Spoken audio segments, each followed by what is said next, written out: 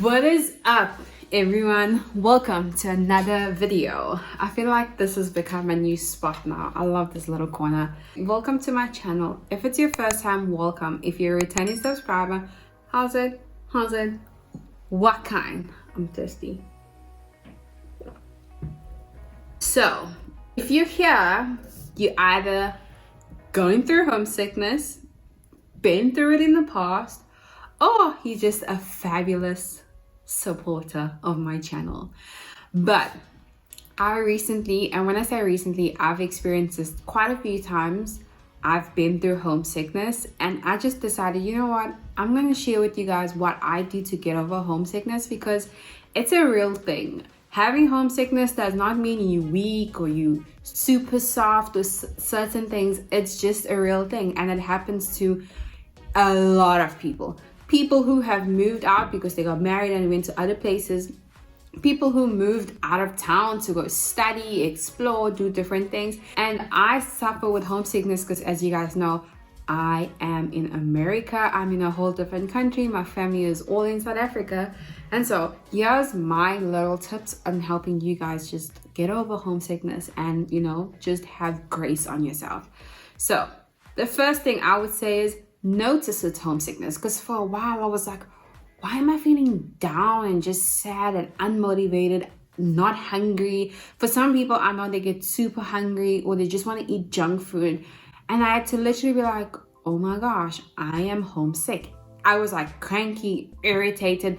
And mind you, I'm not a doctor, so you can't don't take this if it's a severe situation or even worse and it's been happening for a while. I would say go see a doctor.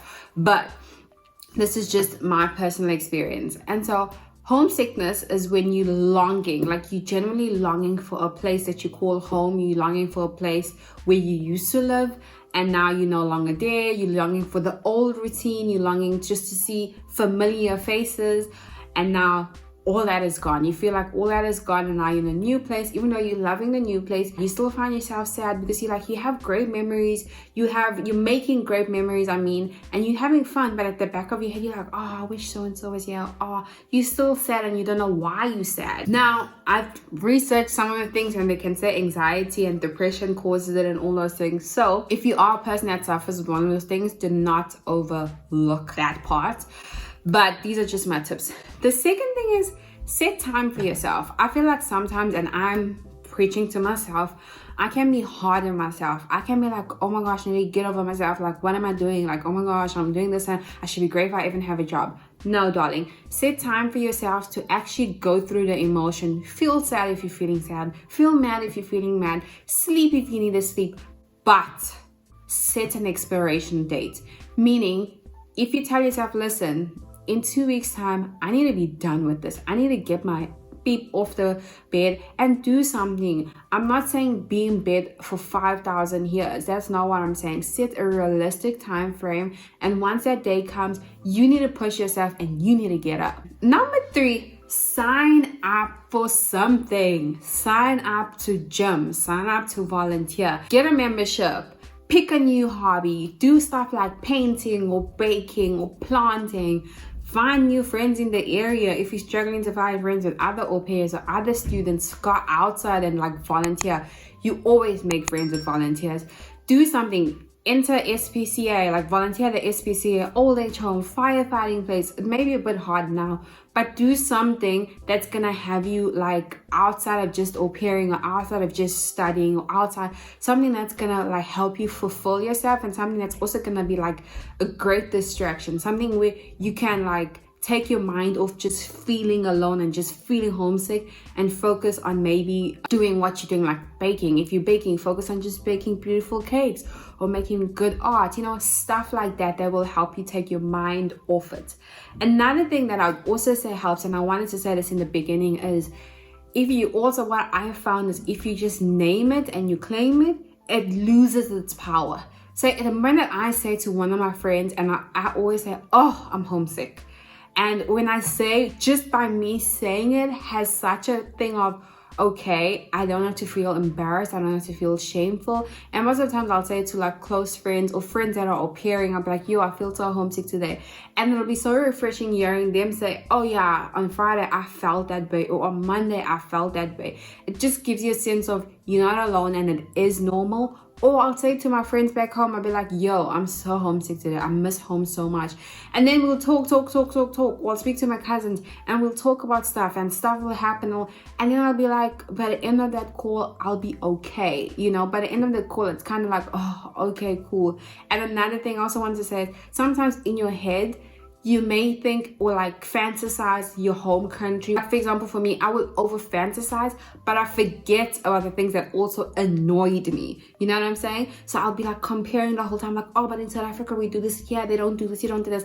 But at the same time, there's things they do here that we don't do in South Africa that annoys me in South Africa. So it goes two ways. The next thing, number 4, is try stay away from social media when you are feeling homesick. I can't express this to much because I noticed I literally started doing an experiment to see how I feel afterwards. Whenever I am feeling homesick and I go on social media, it doesn't help me. Going on Instagram while I'm homesick does not help me. I can't, like literally, if anything, me seeing people or my friends attending a wedding makes me even more homesick. It makes me want to cry. Me seeing other people live their lives who I know, like if I was back home, I'd be at that party, or I'd be at that baby shower, or I'd be at that wedding. That makes me even want to cry more. That doesn't help me in any way. I don't know about you, but for me, I feel even more sad because I'm like, I'm missing out. Nobody invited me to a wedding here, but all your squad is at a wedding back home, you know? So I think especially if it overwhelms you, if homesickness really overwhelms you and you're so used to having and you've come from a tight-knit friendship, tight-knit family, I would say give yourself a break. And I'm not saying when you come here, don't go on social media. I'm not saying that. What I am saying is when you feel super homesick, it can be a day. It can be literally one day where you get up in the morning and you know today is a Soleshni's wedding, for example. I'm gonna choose a random name. Let's say your friend, or not even your friend, just somebody who you really wished you could have attended their wedding, but you can't because you're here. I would say for that day, just prepare yourself to feel homesick when you see their pictures. So I would take away that day, just do everything you want to do, embrace yourself, like go out, have fun, and do it when you feel you're strong enough to look at the videos, because it is going to trigger something and you are going to feel sad and you are going to want to go home.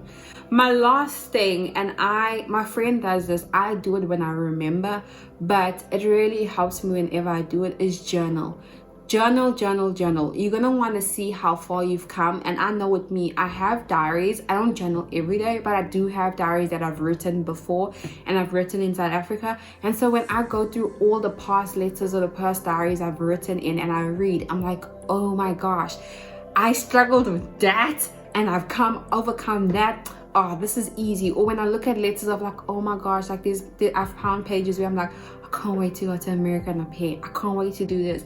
And now I'm living it. It's such a motivation for me. And so I would say the same thing with you. Like keep a journal from day one if you're just starting the Aupair process, or you're just starting varsity, or you're just starting whatever adventure you're on. Keep a journal, because I guarantee you 30 days, 40 days, 60 days, it's going to be a different journal entry. And go back and read it from day one, and it'll literally lift your mood up, because you'll see how strong and how brave and like how you can overcome whatever you put your mind to. So yeah, that is my video. I hope it's short and sweet, but to those 2 people that were the first people to comment in my previous video, thank you so much. Their names are on the screen.